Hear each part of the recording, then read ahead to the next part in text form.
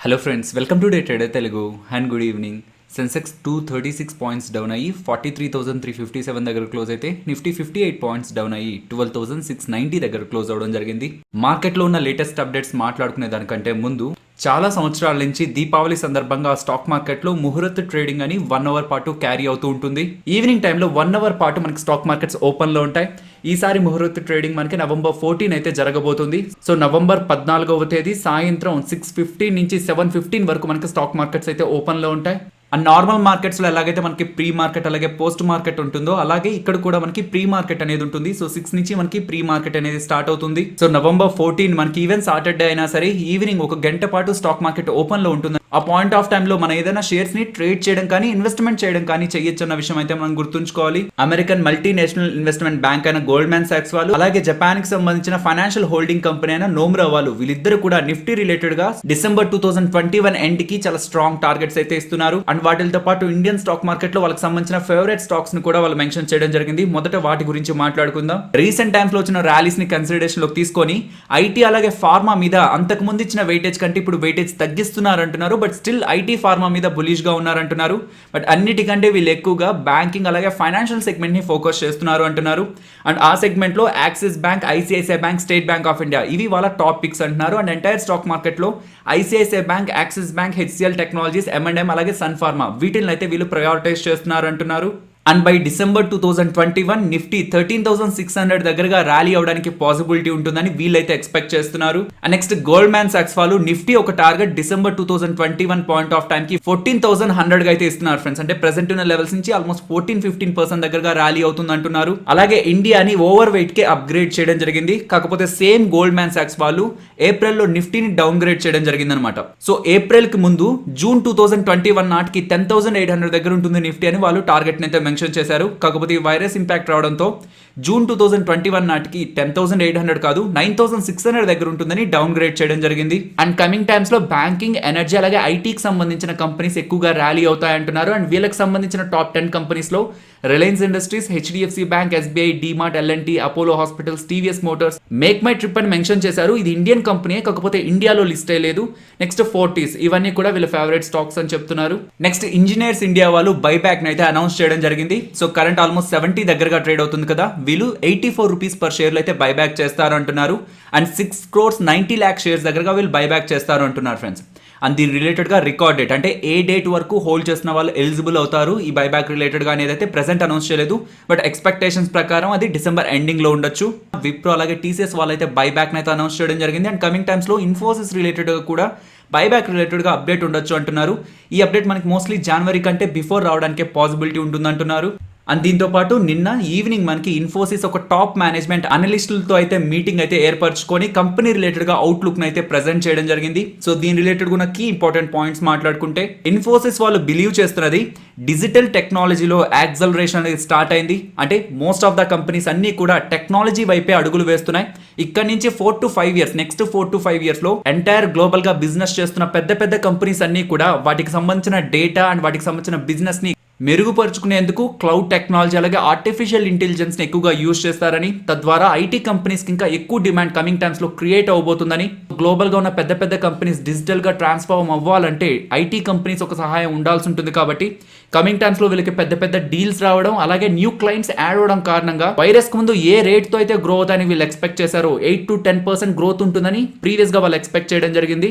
Same growth next maintain అవడానికి possibility ఉంటుంది అంటున్నారు. కేవలం ఇన్ఫోసిస్ రిలేటెడ్ గానే కాదు ఎంటైర్ ఐటీ సెగ్మెంట్ రిలేటెడ్ గా కమింగ్ ఇయర్స్ లో చాలా ఎక్కువ అడ్వాంటేజ్ ఉంటుందని పాజిటివ్ కామెంటరీ అయితే ఇవ్వడం జరిగింది. నెక్స్ట్ క్యాడిలా హెల్త్ కేర్ గురించి మాట్లాడుకోవాలి. 10 అరౌండ్ మనకి క్యాడిలా రిలేటెడ్ గా ఒక ఇంపార్టెంట్ అప్డేట్ అయితే రావడం జరిగింది. సో దాని రిలేటెడ్ గా మీకు టెలిగ్రామ్ లో అయితే ఒక ఇమేజ్ అయితే ప్లేస్ చేశాను కదా, సో దాన్ని ఎక్స్ప్లెయిన్ చేసే ప్రయత్నం చేస్తాను. యాక్చువల్ గా క్యాడిలా వాళ్ళు ఈ వైరస్ కారణంగా ఇంపాక్ట్ అయ్యే పేషెంట్స్ ని కొంత రికవర్ చేయడానికి ఒక డ్రగ్ మీద ఆల్రెడీ టెస్టింగ్ అయితే చేస్తున్నారనమాట. phase 1 కంప్లీట్ అయింది.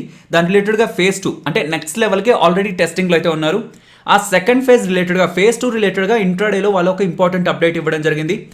phase 2లో ఈ డ్రగ్ని టెస్ట్ చేసిన 40%లో 95% దగ్గరగా వీళ్ళు అనుకున్న రిజల్ట్స్ వచ్చాయంటున్నారు. అంటే 95% దగ్గరగా వీళ్ళు ఏ డ్రగ్ని అయితే డెవలప్ చేస్తున్నారో దాని రిలేటెడ్గా పాజిటివ్ డేటా వచ్చింది అంటున్నారు. డ్రగ్ వల్ల ఎలాంటి అడ్వాంటేజ్ ఉంటుంది అంటున్నారు అంటే ఈ డ్రగ్ ఎవరైతే వైరస్తో సఫర్ అవుతున్న పేషెంట్స్ తీసుకుంటారో వాళ్ళలో ఉన్న వైరస్ ఒక లోడ్ అంటే వైరస్ ఒక సంఖ్య తగ్గిపోతుంది.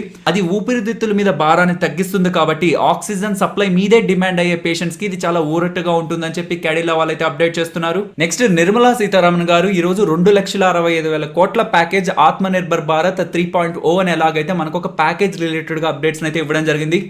బట్ అప్డేట్స్ అన్నింటిలో కల్లా స్టాక్ మార్కెట్ ని ఇంపాక్ట్ చేసే అప్డేట్స్ రెండే అనమాట. 2:30 అరౌండ్ మనకి సమావేశం ముగిస్తే 2:30 అరౌండే నేను మీకు ఈ అప్డేట్ అయితే ఇచ్చాను. రియల్ ఎస్టేట్ ప్లేయర్స్ మీద అలాగే ఫెర్టిలైజర్స్ తయారు చేస్తున్న కంపెనీస్ మీద అయితే ఈ రోజు ప్రకటించిన అప్డేట్స్ వల్ల పాజిటివ్ ఇంపాక్ట్ అయితే ఉంటుంది.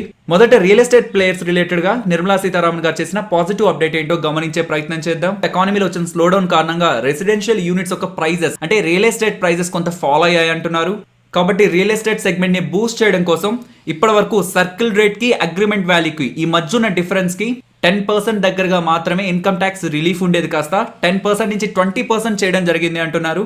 ఇన్ సింపుల్ టర్మ్స్ లో ప్రెసెంట్ ఉన్న 10% ఇన్కమ్ ట్యాక్స్ రిలీఫ్ ని 20% చేయడం కారణంగా ఎక్కువ శాతం బయ్యర్స్ రెసిడెన్షియల్ యూనిట్స్ కొనడానికి ఆసక్తి చూపిస్తారని అయితే నిర్మలా సీతారామన్ గారు అప్డేట్ చేయడం జరిగింది. నెక్స్ట్ ఫెర్టిలైజర్ కంపెనీస్ ని పాజిటివ్ గా ఇంపాక్ట్ చేసేలాగా 65,000 crores దగ్గరగా ఫెర్టిలైజర్స్ రిలేటెడ్ గా అడిషనల్ సబ్సిడీని కేంద్ర ప్రభుత్వం ఇస్తుందని ఎలాగైతే నిర్మలా సీతారామన్ గారు అప్డేట్ చేయడం జరిగింది. ఎప్పుడైతే మార్కెట్ లోకి అప్డేట్స్ ఫ్లో అయ్యాయో అక్కడి నుంచి ఒక స్ట్రాంగ్ ర్యాలీ ఫెర్టిలైజర్స్ కంపెనీస్ లో మనకు కనిపించడం జరిగింది. సో ఇచ్చిన అప్డేట్ ఏ కంపెనీస్ కి పాజిటివ్ గా ఉంటుందనేది కూడా నేను మీకు టెలిగ్రామ్ లో మెన్షన్ చేశాను. బట్ ఇక్కడ మనం గుర్తుంచుకోవాల్సింది ప్రెసెంట్ రూరల్ ఎకానమీ అర్బన్ ఎకానమీతో పోలిస్తే కొంత స్టేబుల్ గానే ఉందన్నమాట. లైక్ మాన్సూన్స్ అన్ని బాగుండడంతో అగ్రికల్చర్ రిలేటెడ్ యాక్టివిటీ ఈ వైరస్ కారణంగా అంతగా అయితే ఇంపాక్ట్ అవ్వలేదు. కాబట్టి మనకి ట్రాక్టర్ సేల్స్ కానివ్వండి ఈవెన్ ఫెర్టిలైజర్ సేల్స్ కూడా అంతకు ముందు కంటే చాలా బెటర్ గా ఉన్నాయన్నమాట. కాబట్టి నిర్మలా సీతారామన్ గారు డిమాండ్ ఎక్కువగా ఉంది ఫెర్టిలైజర్స్ కి. సో ఇలా మేము ఎక్కువగా సబ్సిడీని ప్రొవైడ్ చేస్తే రైతులకు కావాల్సినంత ఫెర్టిలైజర్స్ అవైలబిలిటీలోకి వస్తాయి కాబట్టి అది రైతులకి ఎక్కువ అడ్వాంటేజ్ గా ఉంటుందని అప్డేట్ చేస్తున్నారు. రియాలిటీ సెక్టర్ అలాగే ఫెర్టిలైజర్స్ రిలేటెడ్ గా ఇచ్చిన అప్డేట్స్ తప్పిస్తే మిగిలినవంతా కూడా ఎంప్లాయ్మెంట్ జాబ్స్ అలాగే ప్రీవియస్ గా ఉన్న స్కీమ్స్ రిలేటెడ్ గా ఉన్న టైం లైన్ ఎక్స్టెండ్ చేయడం ఇలాంటి కామన్ అప్డేట్స్ మనకు కనిపిస్తూ ఉన్నాయి. నెక్స్ట్ ఫ్యూచర్ రిటైల్ గురించి మాట్లాడుకోవాలి ఫ్రెండ్స్. ఈ రోజు కూడా ఢిల్లీ హైకోర్టులో ఫ్యూచర్ రిటైల్ అలాగే అమెజాన్ ఇండియా రిలేటెడ్ గా అయితే డిస్కషన్స్ అయితే కంటిన్యూ అయ్యాయి. అన్యూజువల్ గా ఈ డిస్కషన్స్ చాలా ఎక్కువ టైం కంటిన్యూ అవుతున్నాయి అనమాట. అండ్ చాలా ఎక్కువ స్టేట్మెంట్స్ కూడా మనకి ఈ రెండు కంపెనీస్ మధ్యలో కనిపిస్తున్నాయి. రీసెంట్ టైమ్స్ లో ఫ్యూచర్ రిటైల్ వెర్షన్ వింటూ వచ్చాం. ఈ రోజు అమెజాన్ వాళ్ళు రిలయన్స్ ఇండస్ట్రీస్ కంటే ముందే మేము ఫ్యూచర్ రిటైల్ ని కాపాడాలని ప్రయత్నించాం. అండ్ రిలేటెడ్ గా ఒక కంపెనీని కూడా ఫ్యూచర్ రిటైల్ దగ్గరికి పంపించడం జరిగింది.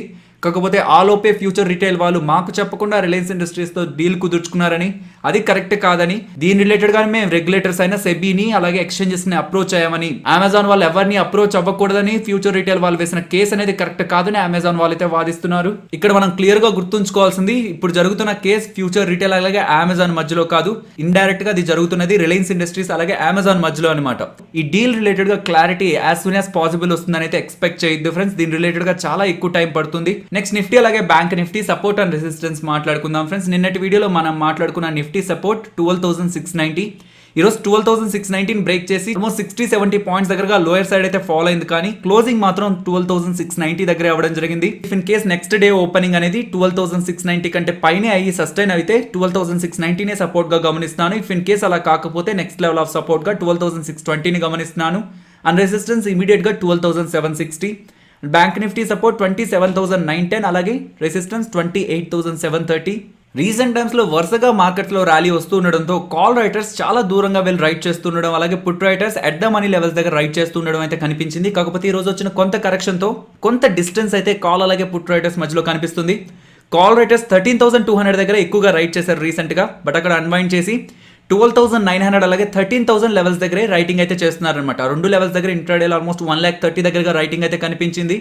సో రెసిస్టెన్స్ మనం 12,900 13,000 ఆ 100 పాయింట్ రేంజ్ దగ్గర అయితే ఎక్స్పెక్ట్ చేయొచ్చు ఫ్రెండ్స్ కమింగ్ టైమ్స్ లో. ఈవెన్ పుట్ రైటర్స్ కూడా 12,500 దగ్గర ఎక్కువగా రైట్ చేస్తున్నారు. ఇంట్రాడేలో 2 lakh ఓవరాల్ గా 16 lakh ఓపెన్ ఇంట్రెస్ట్ 12,500 దగ్గర కనిపిస్తుంది. కాకపోతే ఈ రోజు ఈవెన్ మార్కెట్ ఫాల్ అయినా సరే 12,700 దగ్గర మనకు అన్వైండింగ్ కనిపించలేదు. స్టిల్ మనకి 42,000 ఓపెన్ ఇంట్రెస్ట్ అయితే బిల్డ్ అవడం జరిగింది.